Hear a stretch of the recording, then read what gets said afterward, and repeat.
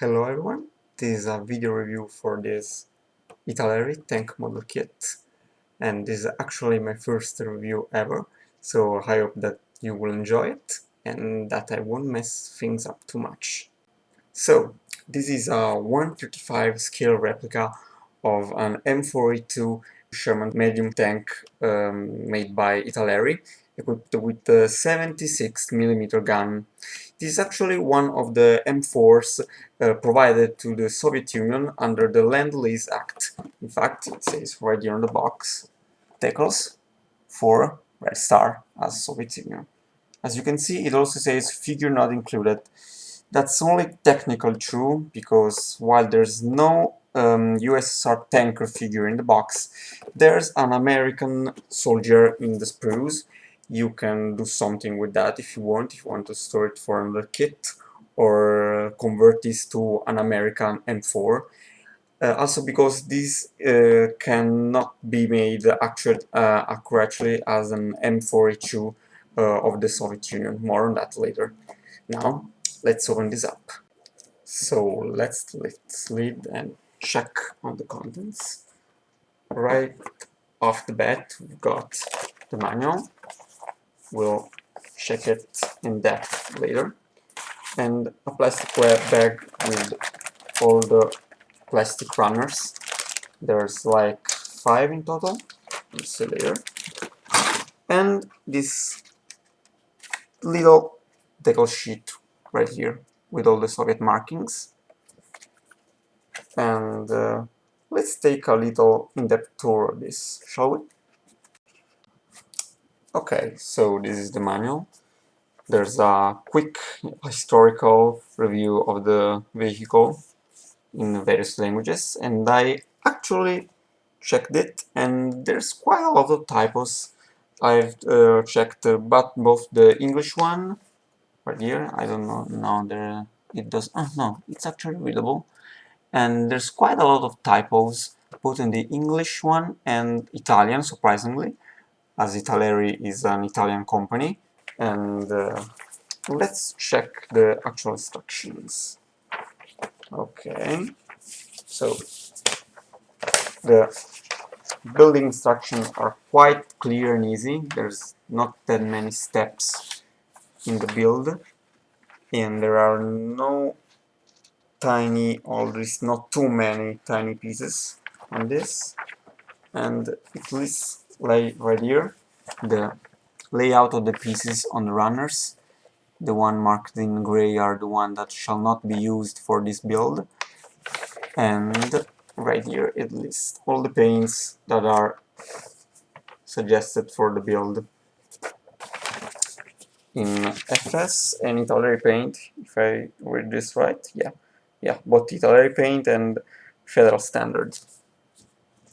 Now, on the back, there's a painting guide for several vehicles in the Soviet Army, and it's too bad that there's not too much information on this, because information on Soviet Army vehicles or Soviet Army units in general is quite hard to come by.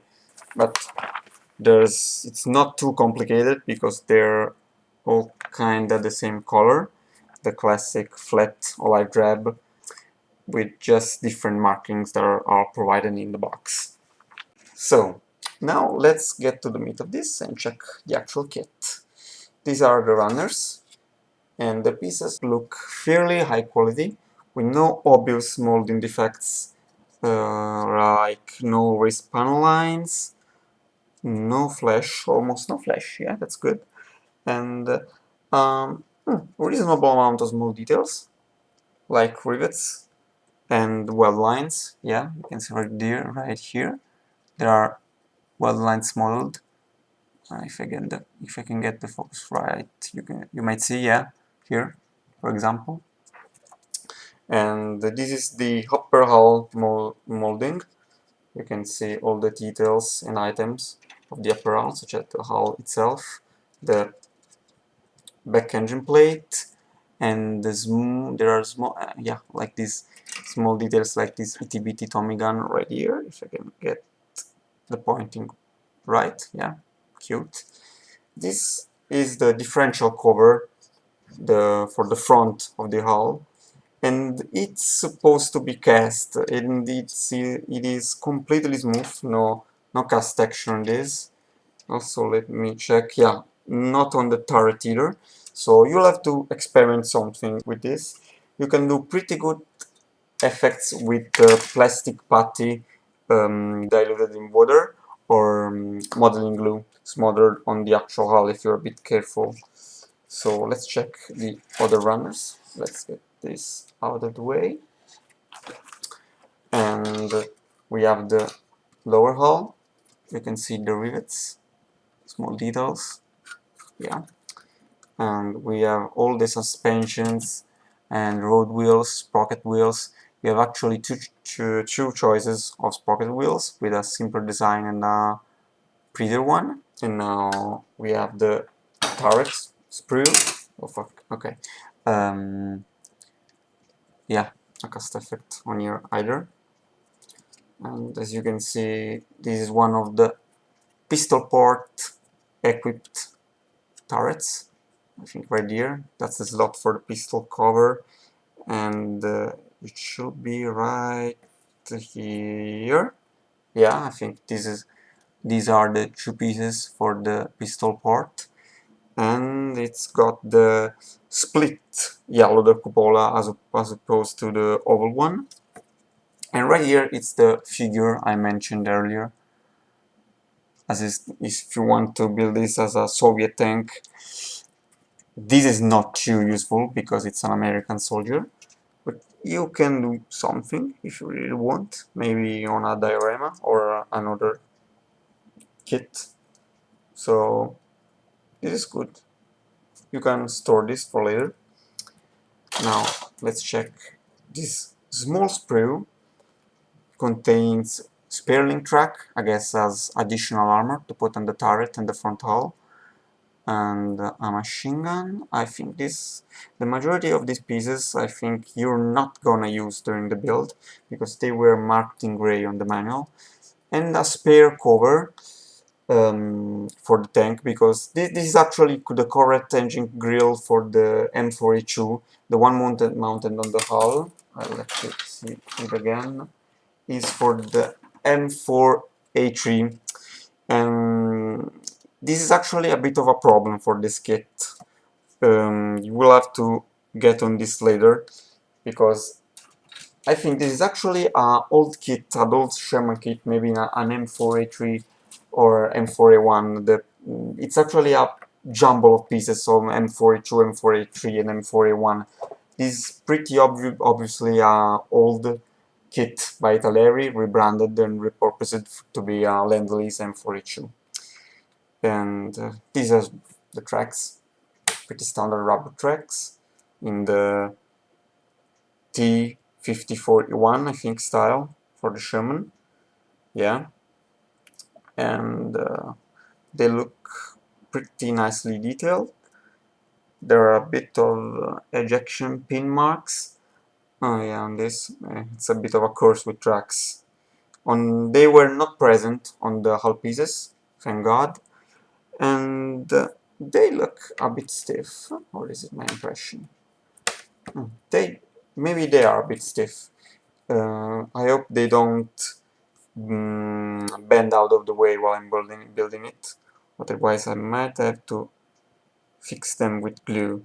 These are the kind that you have to put together with a hot iron, like a heated screwdriver, and just put them like this.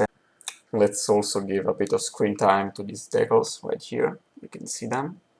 Okay. They're all Soviet markings. There's not too much information on them. Maybe you can see a few photos on the internet of tanks with these markings. On the manual there were all the different vehicles that this belonged to, with all the different theaters they were employed in. Now, about that problem I was telling you before about the actual variant of the Sherman tank. As you might recall, as it says on the box, This should be an M4A2 given to the Soviets as part of Lend-lease. Now, the M4A2s were almost all given to the Soviets because they used a diesel engine. The US did not rely on diesel fuel for their tanks, while the Soviets did. So they were pretty much all given out in Lend-lease. Now, what's the problem with this? You cannot build this kit as an anatomically correct M4A2. Why? Because of this. The back engine doors. Now, the instruction tell you to mount this on the back of the tank. Unfortunately, this is actually the back plate for an M4A1 tank. It's not the correct one. Right here there's another. This is for an M4A3. Also the engine's grill. This one right here with the larger grill is correct for an M4A3 tank. The kit actually gives you the smaller grills correct for an M4A2, but the problem with the engine doors remains. So you actually got two choices with this kit. Either build it as an incorrect M4A2 tank because of the back engine plate, or build it as an correct M4A3 since you have the correct grill and correct backplate for that. But the problem is that the Soviets did not receive M4A3 tanks in Lend-lease. You can actually mask it with a twice captured tank. Like if you pretend that this is M4A3 captured by the Germans and later recaptured by the Soviets, this can pass off as right, and you'll have to pretend a bit with the markings, but there's almost no information for the various Soviet vehicles in World War II, so you get a bit of leeway with that. And I actually advise you to do the latter, as I will, because honestly, building an anatomically incorrect tank drives me a bit nuts. Now, my personal opinions on this so far is that it's actually a pretty decent kit, and despite its problems such as inaccuracy and missing cast texture on some pieces, but depending on the price you get this at, it might be a good buy. I've seen reports on these going as far as 50 euros on the internet. You might get better than this for that price, and this was actually gifted to me, so I don't know the precise price of this, but I guess it was going for 30 euros more or less, and that's much more manageable for this kit. 25 or 20 might even be better, but Italy is a bit wonky on the prices, honestly, so it might be a bit rare for the price, maybe in some hobby shop. This is especially good if you are a novice builder or if you want to gift it to someone who's new to the hobby, because it's not too hard to build or to paint, and the rubber tracks are easier to build to mount than link and length plastic tracks that might be a bit daunting for new builders. So it's a pretty good gift if you want to build this to your nephew or son that is getting his feet wet in modeling. So this brings us to the end of this review, and I plan to do a series of build and paint alongs for the kits that I cover. So if you like this video, you might as well stick around for the next one and see how this Sherman comes out in the end. With this, I wave goodbye to all of you, which is kind of hard because the camera is pointing downwards, now this is better. So goodbye!